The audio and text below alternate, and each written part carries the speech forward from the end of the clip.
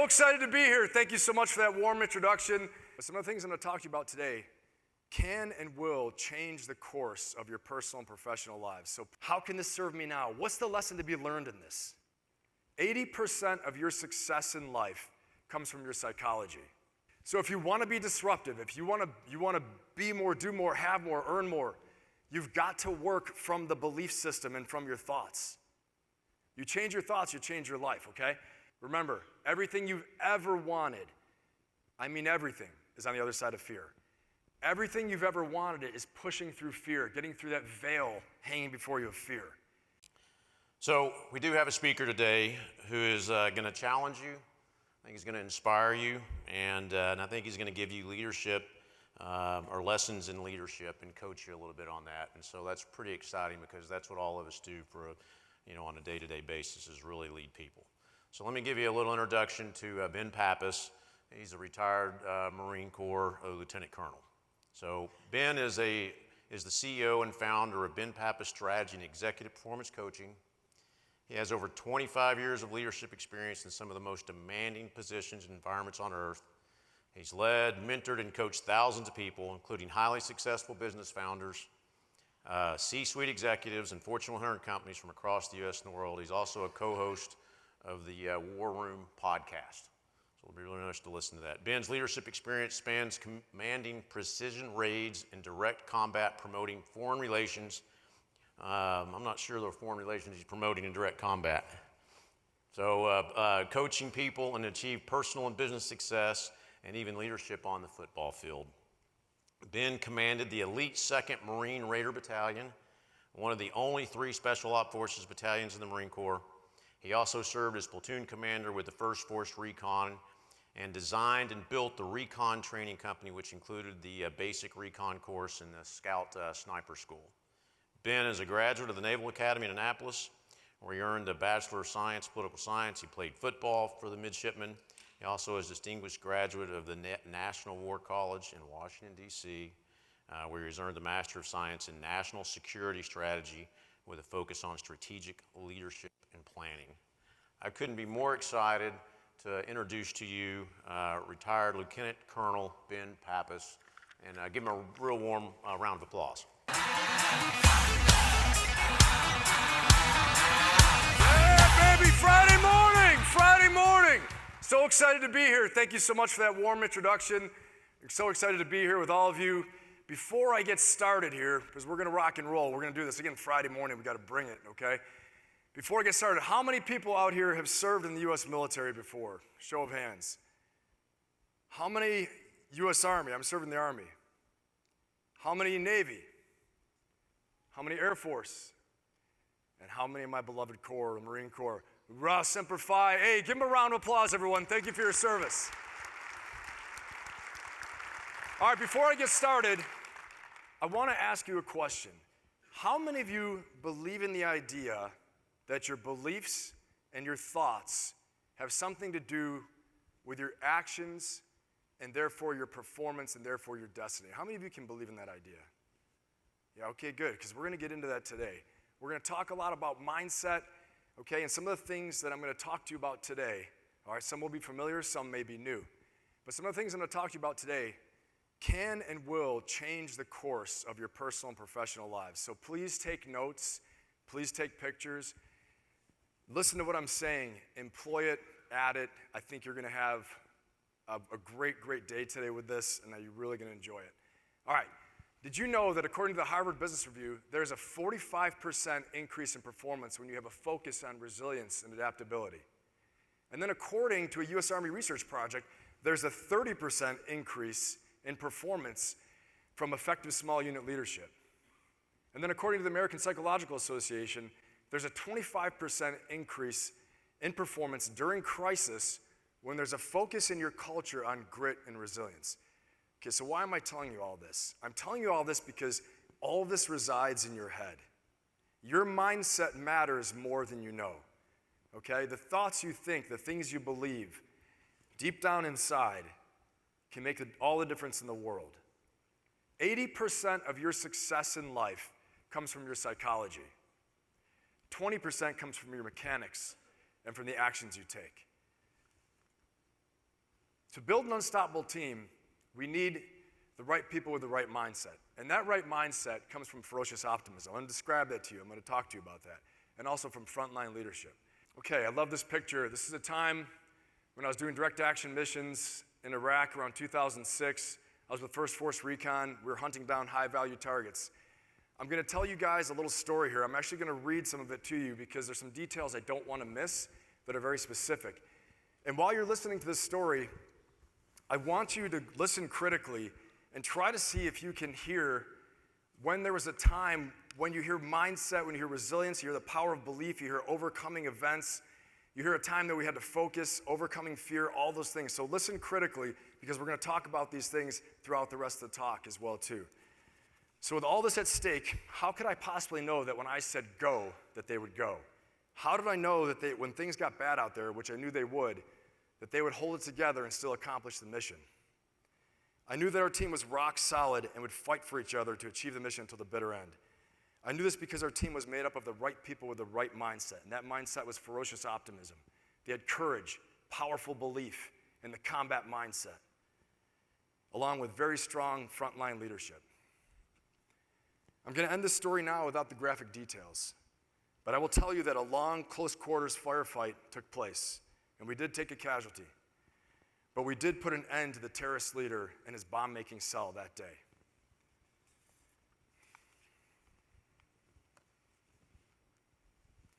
Okay, to build an unstoppable team, you're going to need the right people with the right mindset, okay? And that right mindset, like I was saying, is ferocious optimism. I'm going to describe that to you. I'm going to talk about that. And you also need powerful frontline leadership. Strong individuals, united by purpose and a mission, creates a strong team. All right, I asked you guys earlier, I said, who here can believe in the idea that your beliefs plus your thoughts will impact your actions and therefore impact your destiny? Who here still can believe in that, yeah? Okay, so if you believe in that idea, it's important for me to tell you that you think 60 to 70,000 thoughts per day. Of those 60 to 70,000 thoughts per day, 90% of them are the exact same thoughts you thought the day before. So if you're thinking the same thoughts day after day after day, your life will relatively stay the same. Yes? Yes or no? Right? So if we're thinking the same thoughts, are we going to make the same choices? Yes or no? Yes or no? Yes? If you're making the same choices, are you going to have largely the same behaviors? Yes or no? Okay? If you have the same behaviors, are you largely going to have the same experiences? Yes or no? Okay? If you have the same experiences, you're therefore going to feel the same emotions. Those same emotions will drive the very thoughts that are causing you to take the same actions that are leading to the same results, okay, that are leading to your current state and your destiny. If you keep this up consistently for, I don't know, let's be conservative, 10 years, you're setting your life, you're setting up a destiny through your thoughts and through the beliefs that are backing up those thoughts. That's the causal chain I just described, okay?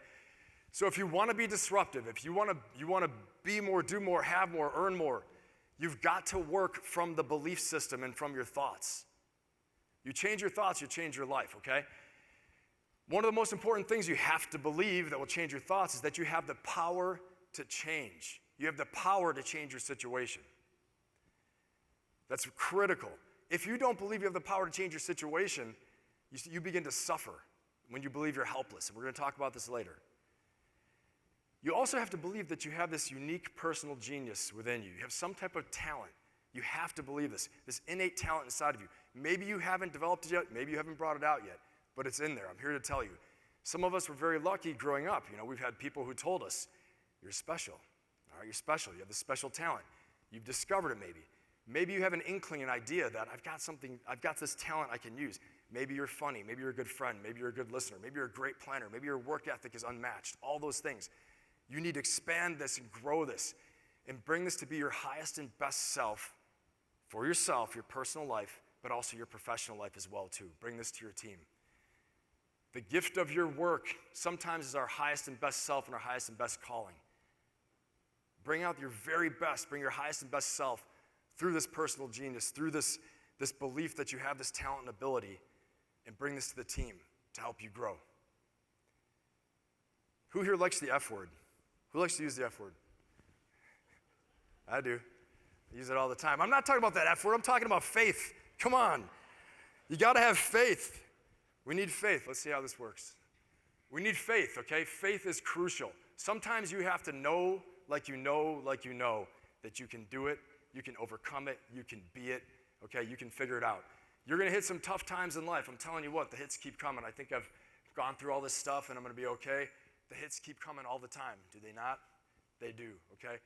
You have to have belief. You have to have faith. Believe you can make a change. Believe you can overcome, okay? Thinking those thoughts. I'm emphasizing this right now because it's so crucial, all right? The next thing we need to look at is your power state, your energy levels, okay? I call this your power state. I'm telling you, if you listen to these things, you use these things, you can make a powerful change in your life, okay? So what is your power state, Ben? We're starting to get a little kooky here, right? This is your energy level. When you have energy, you can overcome anything. If you're lacking energy, you're going to have a hard time to tackle the problems, take the face shots, get back up off the ground, all right? It's absolutely crucial. So how do we build more energy? There's a quick way to do this, okay? Control your mental focus. Your mental focus, number one, is one of the most important things that you can have that will change your energy levels. What you focus on, you move towards. What you focus on, you feel. And what you focus on, you get more of in life. So you have to be very mindful of what you focus on. Let me tell you something. During that combat mission, that story I read to you, if I was focusing on the wrong things, I could have fallen apart at any moment. What I didn't talk about a lot there were the vulnerable moments in that mission. There were many of them. There were times I was seized with fear that I didn't mention, okay, in the interest of time. We were taking some direct fire. I was with one of my friends, one of my guys, who's no longer with us right now. And I remember looking at him. You probably know him, Brandon. Pat Dolphin. And he just looked at me and said, I got you, okay? Because for a split second, my adrenaline had dumped. I felt frozen for a minute, okay? For just like a split second. But him looking at me saying, I got you, refocused me. And we went on and moved on, carried on the mission, okay? I don't talk about all those things. There are a lot of vulnerable moments in there. But I bring that up now to emphasize, and I have other stories later I'm going to tell you that will emphasize how important your mental focus is, okay? Remember that right now. What you focus on, you move towards. So focus on what you want, not what you don't want in life. It's crucial.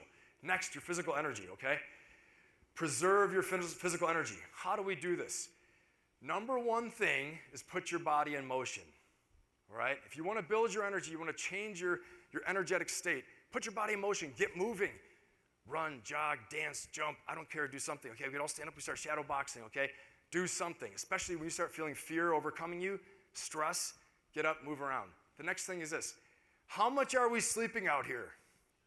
Who's sleeping 8 hours a night? Good for you, that's awesome. Okay, good, own it, own it. Highly effective. Who's sleeping 6 hours a night? Okay, not bad. Who's sleeping 3 to 4? You guys are gonna come see me afterwards. You're gonna come see me. We're gonna have a little clinic afterwards. Your sleep is your most powerful weapon for any challenges, okay? Neurologically, if you don't protect your sleep, you are messing with your energy, you're messing with your ability to overcome things. You're just hurting yourself. So please try to get in that sweet spot 6 to 8 hours a night, okay, your sleep. Next thing this, understand most people spend their lives in a state of dehydration and hypoxia. Hypoxia means you're lacking oxygen because we're all doing this stress breathing. You're breathing like that. You're causing stress on your cells. You're lowering your energetic level. You're not getting oxygen in your brain. You can't think through problems. If you want to be disruptive, you want to win more market share, get more energy. Do what I'm telling you, okay? I'm telling you this matters. I work with people all across the world. Very successful people, founders, owners of companies, all these things. What do? I do what I'm telling you right now. I talk to them about. It changes their game and changes their life. It's changed my life, okay? Drink enough water, at least a gallon a day. We'll break it down to actionable steps here before I go off the rails, okay? I talked to you guys for like 6 hours. I'm out of my mind, okay? And if you're not breathing right, you're also putting yourself at a disadvantage. You are in a business competitive combat environment. If you want to win, do everything you can to preserve and boost your energy levels, okay? Really fast, we're going to do a quick breathing exercise, okay? This is how it is. We're going to practice quick, deep breathing, just 3 repetitions, all right? And I'll tell you guys more about it. Okay, ready? Everyone, really fast. When I say fully in, you're going to breathe in, all the way in, Hold it for a pause, let it out. Here we go. Ready? Fully in. Let it go. One more time. Fully in. Let it go. One more. Fully in. Let it go. Boy, I feel better. I know you guys feel. Anybody feel that? You can feel a little bit of calm coming over, a little more energy. I'm telling you, that is the quickest way to have an espresso shot. Do 10 repetitions of that. It'll take you a minute, not even 30 seconds, okay? I really want you to do like 30 of them. If you need to calm down, you're feeling stress, it is crucial that you control your breathing. So many times I've had to use my breathing. I'll tell you stories later. We got some more stories coming up. Of when I had to use my breath to get me out of a bad spot, okay? Use your breath, use your breathing. It'll calm something called the parietal lobe in your brain as well too. We need this period of de-stress that allows us to be creative. It allows us to get back in our flow state. It allows us to win, to be creative problem solvers as well too. Okay, all this is crucial. Okay, the last thing, moving on. Again, sleep, hydrate, right? Breathe. These are basic things. We got to work on the sleeping. I see that. Okay. Then what are you putting into your bodies as well too? What are you eating? What are you drinking?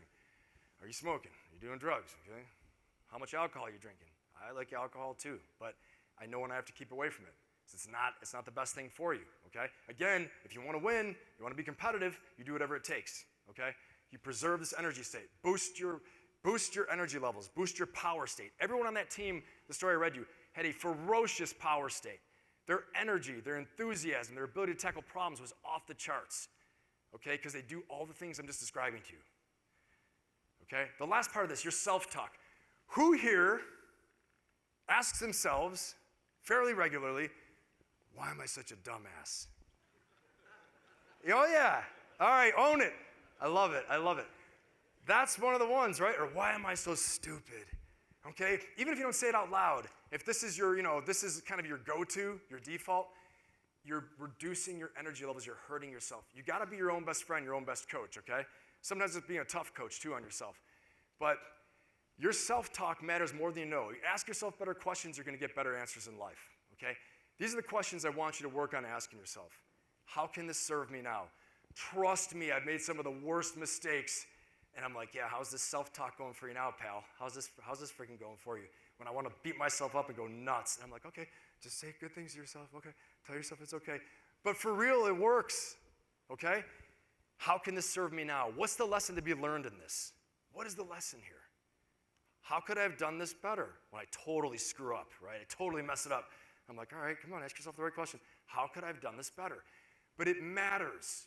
Because your brain doesn't know. Again, we're learning a lot of machine learning about mapping the brain, how it works. These things you're asking yourself are changing the neural connections, the connections in your brain through neuroscience, okay? So you have to be in command of your brain. Focus yourself and ask the right questions. How could I have done this better? How can this serve me now? Where's the growth in this opportunity? Where is the lesson to be learned here? Again, you're in a highly competitive environment, business environment. If you want to win, you individually and as a team, you need to have a team culture like this and individual performers like this, okay? And it's up to you as an individual operator to get yourself at this level. All right, I'm gonna drive on here. Deep driving purpose and passion. Absolutely critical, okay? Getting into your flow state, knowing why you're doing what you're doing, all right? Understand the deeper reasons why you want what you want. Understand the deeper reasons why you're doing what you're doing, okay? At an individual level, personal level, and a professional level. When we understand the deeper reasons why, the layers below, we can create multiple options for success. Okay, that's something we have in the commander's intent and the missions we get. The mission we'd say, at 0700, attack to destroy said squad of enemies on a hill. But why? Because we want the hill. All right, so you mean if I I don't know, put a bunch of candy over there and they'll run over and take it, I get the hill, does that work? Yeah, it works, okay? Again, the personal genius I talked about, maybe some of you out here see things other people can't see. You're creative problem solver. You're like, why are we doing it that way? Just do this, it's the same intent. The deeper reasons why we want what we want. It matters so much, okay? Again, I could talk to you guys for like 3 days. Sometimes that's what I do for a living, okay? I talk to people forever. So I'm going to drive on in the interest of time. The next thing is focusing on what you can control. You must control, dominate, own, master the controllables. The things that are within your reach and your control, you must dominate, own them, master them, point, period, paragraph. And then once we do that, we focus on what we can influence, okay? Because maybe you can't control everything. We can't, 100%. But someone else can, or someone else, or a group does. That's when we go into influence operations, okay? We're influencing information operations. This is marketing, this is branding, this is key leader engagement, this is all that stuff, making people like you, right? How to win friends and influence people. Again, competitive business environment, we've got to do what we got to do in order to win, okay? We're using every little trick we can. All right, I'm about to jump around, start talking about the KGB, CIA, all this stuff like that. Know that they teach these things, and we'll stop it there, okay? How do they win people to give them nuclear secrets? They teach the things I'm telling you, okay? You didn't hear it from me. Oh, yeah, you did. I'm on camera. It's done. It's over. I'm going to jail. You guys see me, I'll be in jail next. Okay. Very, very important. The one thing I want you to remember as well, too, the serenity prayer. Anybody know that? Anybody want to get up and say it in front of everyone? No one wants that. Everyone's hiding now. I'm going to call on somebody. No, I'm just kidding. I hate that. Okay? Serenity prayer.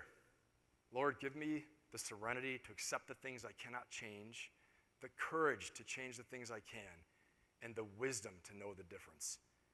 I'm telling you, this might save you in a bad spot someday, okay? Whatever variation you want, but it's so important. Know what you can control and what you can't control. It matters a lot. Let's see if this clicker is working. There we go. Fear. Fear is the biggest four-letter word out there. Fear is contagious. Fear can spread like wildfire. Leaders, all of you are leaders in here. Your people can sense fear. I'll never forget, listen to this Iwo Jima veteran, old guy, World War II, Iwo Jima, horrible battle in World War II, right? I think we lost 25,000 people in 3 days. That's insane, okay? I mean, honestly, I'm glad I was in the battles I was in. That's nuts, all right? He looked at us, he was probably like 90. He said, "Officers, show no fear." That stuck with me. I was like, that's a strong order right there. But he's right. It spreads. It spreads to everybody. In a competitive business environment, business battle, combat environment, you're in business battle. It will spread the doubt, the fear, okay? Now, having a healthy dose of realism, okay? Skepticism, things like that, that's okay. But as soon as you sow fear, it spreads like wildfire. Forget everything and run, right? Or face everything and rise. The 3 types of fear. Number one, the fear of being judged and criticized. This is the dream killer. Fear of being judged and criticized. People will stop and never even try anything because they're afraid to be judged and criticized, because if they get judged and criticized, they're afraid they're going to lose respect and admiration. And if they lose respect and admiration, they're afraid they're going to lose love and be ostracized from the group for whatever kind of love and respect and admiration that group gave you. Was it really good? Was it worthy of you? I don't know. You have to ask yourself. The last fear is the fear of isolation, okay? The fear of isolation, a psychological death. This is the fear of death, okay? But it's really psychological isolation, the fear of the unknown, okay? These fears will stop you from achieving your dreams, achieving your goals as a team, and as in your personal life as well, too. Remember, everything you've ever wanted, I mean everything, is on the other side of fear. Everything you've ever wanted is pushing through fear, getting through that veil hanging before you of fear. In the fire of fear, you have to step through it and go through it, okay? I'm going to tell you guys some fear stories now of my own. Some of them are pretty funny, some aren't so funny. Times I had to push through fear, and also times I had to use all the techniques that I'm telling you guys about right now, okay? This was, Iraq, going up towards Fallujah. Operation Phantom Fury is happening in 2004 in Fallujah. I was operating, look at this laser pointer, can you see that? All right, operating Abu Ghraib prison, okay, out of Abu Ghraib, the area, supporting things that were going on in Operation Phantom Fury, conducting direct action raids, sniper missions, all kinds of stuff. What you can't see on that picture is that off to the side are several burned out Humvee Hulks from the IED attacks. This is a very savage time. This is a time when Blackwater contractors were being hung from bridges, okay? I don't mean to get so graphic with you guys. This is my world, okay? My dark world I live in and I exist in. Sorry. But that's how it was. We're very happy here because we're alive, okay? This is my EOD tech, and I've got his eyes blacked out. Some of the guys have their eyes blacked out because they're still in the enterprise, the Joint Interagency, doing their work, okay? He's a very highly specialized person, explosive ordnance. He's an explosives master, basically. We just got done doing some hasty raids, capturing some people, then getting mortared several times. I'm still here. I didn't get hit, so it wasn't that bad. But, you know, mortars landing in the corner over there will make you brand new. Not so much fun. And then we got called to do an IED, to defuse an IED. Now, I wasn't doing it. I was covering him. He went and defused this giant IED. It was a propane tank filled with Composition B explosive, this yellow gooey substance. And we're walking up on this. The scariest time of this, when I had to use all the things I just told you about, the mental focus, there's a point to it, okay? The mental focus, the self-talk, the beliefs, controlling my thoughts, all those things, okay, under extreme pressure, was doing this long, lonely walk together up to this IED, which was a propane tank filled with all this stuff. There are cords coming out of it, timing fuse, which is thick, firing wires, all these things going off into the high grass and the tree line. There are apartment buildings about 50 yards to either side of us, and it's just the two of us alone. We had 2 upgun system Humvees covering us. The Army was pushing on, continuing its mission. They thought they spotted an IED. I think they scared away the IED emplacers, and they left it in the road. Or, what was messing with my mind was they did this on purpose, and they're going to mow us down when we walk out here. Now, you know, my EOD tech looks at me. He's like, hey, sir, I got this one. I'm going to do this alone. There's no sense in you going. I'm like, what? Now, you know, that's not what Marines do. Marines don't do that. We don't leave someone alone out there doing that.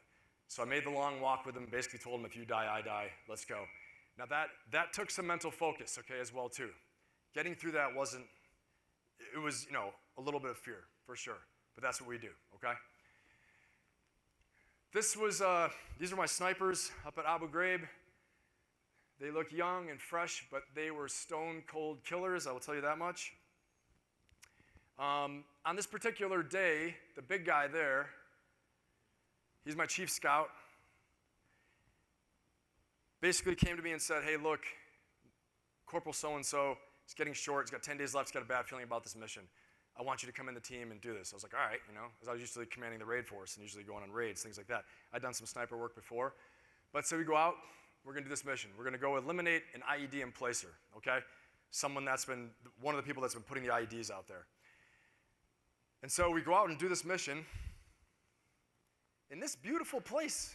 How nice is that? Nice summer home. Can you see this? All the bullet holes and all that stuff? Really awesome. So we're watching this stretch of road because that's where they would operate. They put the IEDs there, and they blow people up. So we're there for a little while. It's my turn on the gun. I'm looking through that. You see that big hole right there? I'm basically looking through there.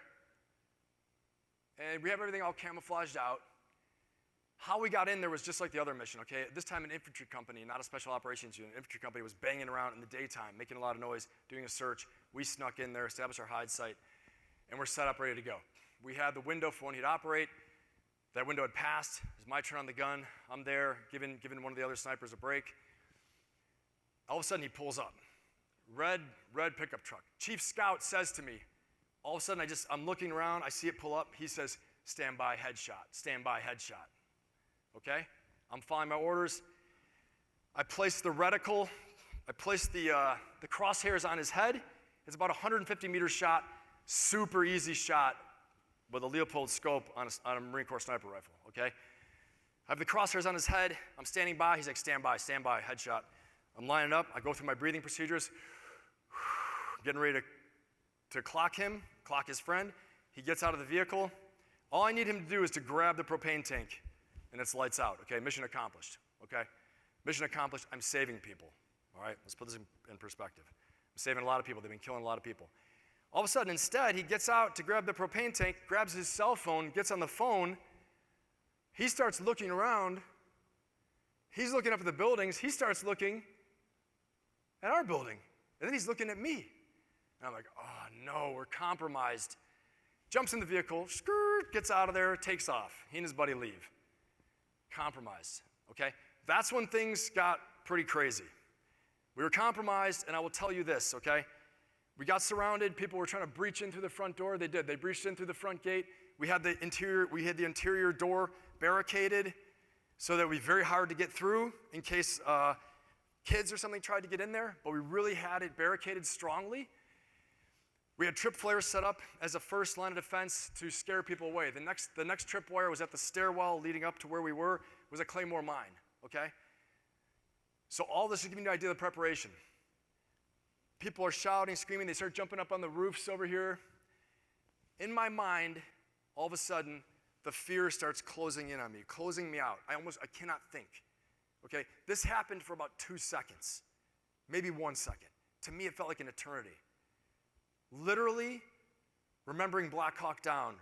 At that time, literally a month, 6 weeks earlier, a sniper team was wiped out. Several sniper teams around Zaydan, Abu Ghraib, Ansar wa Salam, Fallujah, for those of you who know these areas, okay? Really nasty stuff. I got angry, honestly. I fought this off.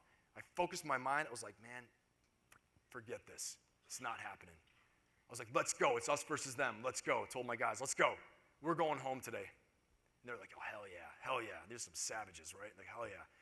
At the same time, I don't want us to start shooting people indiscriminately.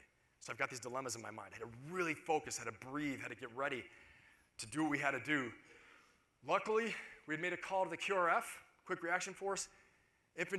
Marine Corps infantry platoon pulls up in a bunch of Humvees and stuff. We get some birds overhead. We get out of there. They scatter everybody to get us out of there.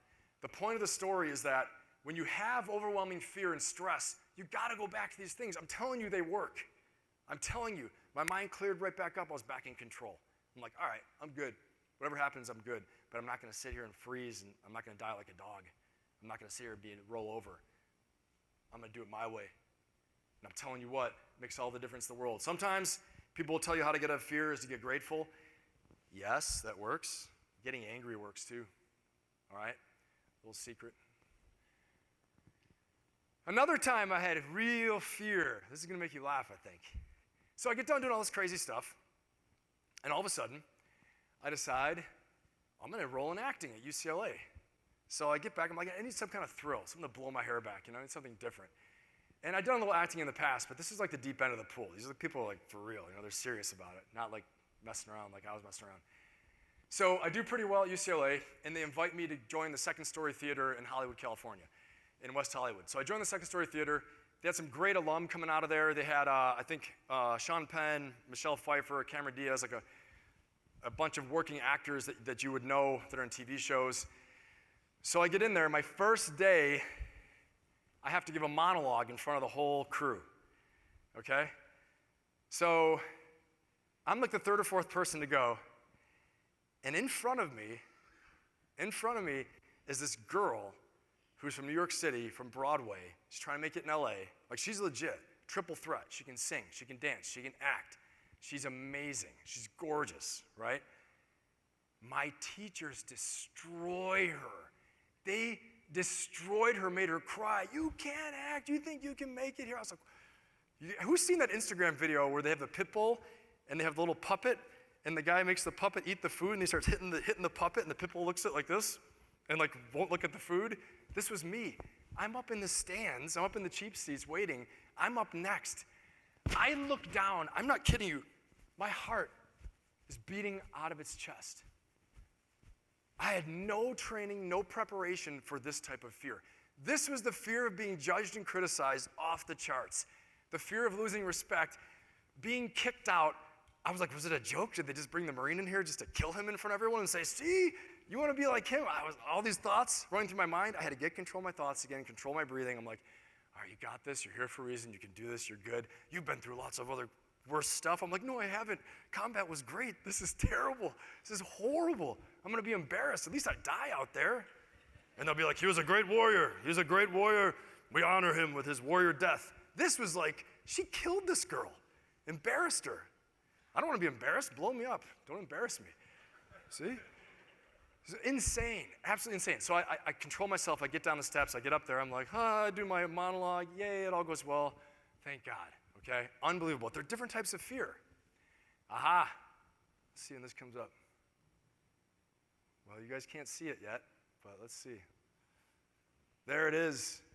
Who here has been to SEER school? I know you have. Brandon, I know you have. Okay? Let me tell you something really fun. How great. For 5 days, I didn't eat. I was on the run, escaping. Then they get you and they rough you up. Okay, I can't tell you guys everything, but I will tell you this. On about the 4th day, I'm like a wet noodle. They decide we're going to stick Comrade Ben in this box. I'm not kidding you, okay? Now, I don't know who here has a fear of small places. I didn't know I did until my knees were in my mouth, and I was laying there, and they're jumping up and down, speaking in like this weird Russian language. Ah, come on, comrade, we put you in here. And they're jumping up and down. They close the box on me. My arms and legs were falling asleep. I was in super pain, and all of a sudden, I felt this primal fear, this crazy primal fear rushing up from my gut of panic. I wanted to scream. I wanted to go nuts. I'm not kidding you. It was even scarier than anything else I've ever done. Again, I was in combat, very well trained. I was like, okay, die a warrior's death. I'm good. Blah. This was insane. This crazy fear. If anyone has claustrophobia in here, you know what I'm talking about. Panic attack to the 10th order, okay?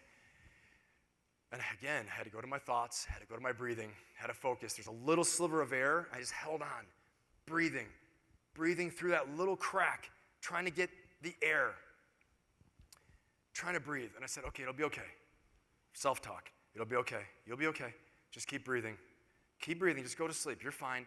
I focused on my breath. I did a martial arts breathing technique. I focused on my breath.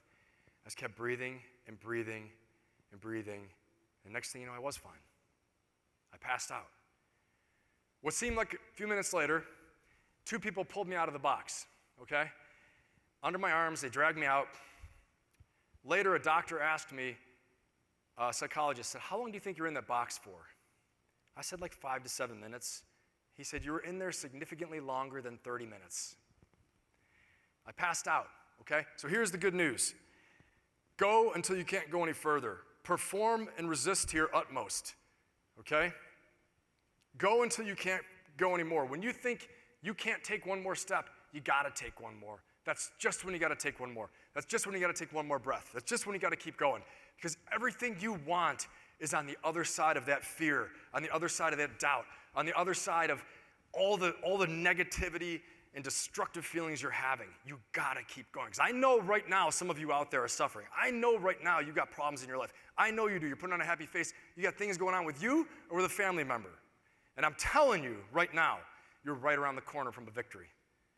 Whatever's been going on in the past, you're right around the corner. Keep breathing, keep fighting, keep going, keep focusing on what you want, okay? And we're not done. We're gonna keep going. If you want something you never had before, you must do something you've never done. Everything I wanted to become, I had to go through all those things. I'd never done any of those things. Who I am today is a result of all these things of pushing through fear. And I know many of you have many stories as well too, okay? This is just my story. And hopefully it's serving you. But everything you want is on the other side of fear. Everything you want is where you have to do those hard things. Keep doing hard things. You will grow. You're going to continue to grow. You have to have the combat mindset. This is big. This is the ferocious optimism. Every story you've heard, from the team in the beginning to the snipers, to what I went through in some of these stories, even the acting story, I guess, combat mindset, okay? You have to have a combat mindset. That means to be disruptive and do more, and to win more, earn more, gain more, okay? You have to be prepared to go harder than you've ever gone before, give more than you've ever given before, while at the same time taking care of your resilience and taking care of your wellness. I'm going to say that, protecting your sleep, okay? Don't be stupid, because then you're going to just get a Pyrrhic victory. You're only going to be able to sustain that for a few days. While you're maintaining your sleep and all the wellness I talked about, your energy levels, have this combat mindset. If you're in a gunfight, you're going to get shot at. If you're in a knife fight, you're going to get cut. If you're in a business fight, expect stress. Expect maneuvering by the enemy, the other team, okay? We all know who they are. Those who shall not be named, okay? Down with them. Never even look at that stuff anymore. I throw it. I go into 7-Eleven. I'm like, I throw it down. They're like, what are you doing? I'm with you guys now, see? So you got to have that combat mindset, though, okay? Be prepared for the risks and mitigate them. Visualize success, okay?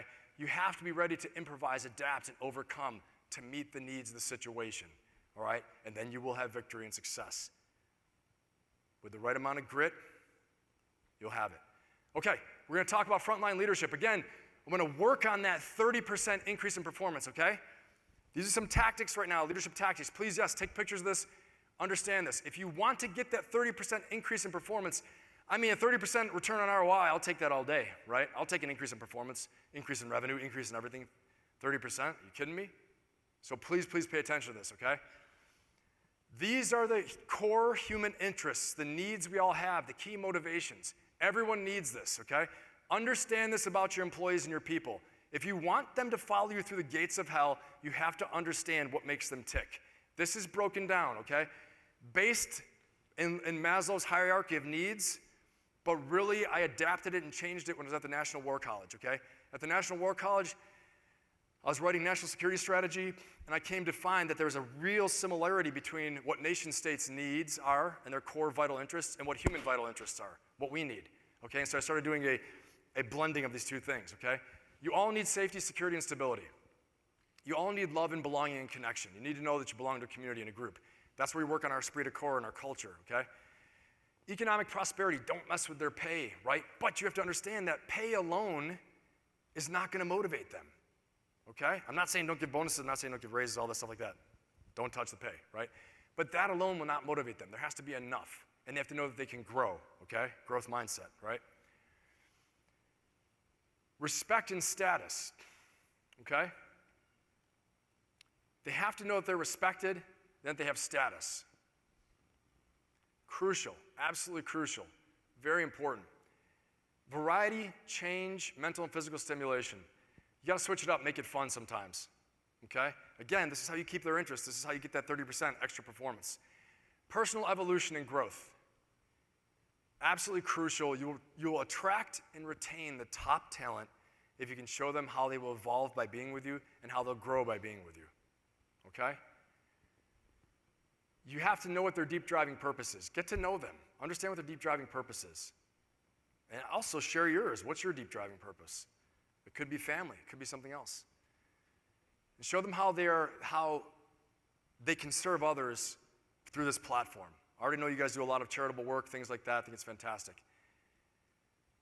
But that's something that will keep them around, help you to grow as a team, okay? Service to others, personal growth, these are huge, powerful, important things to improve the leadership. These are absolutely boilerplate, okay? I'm sure you've all been told this before.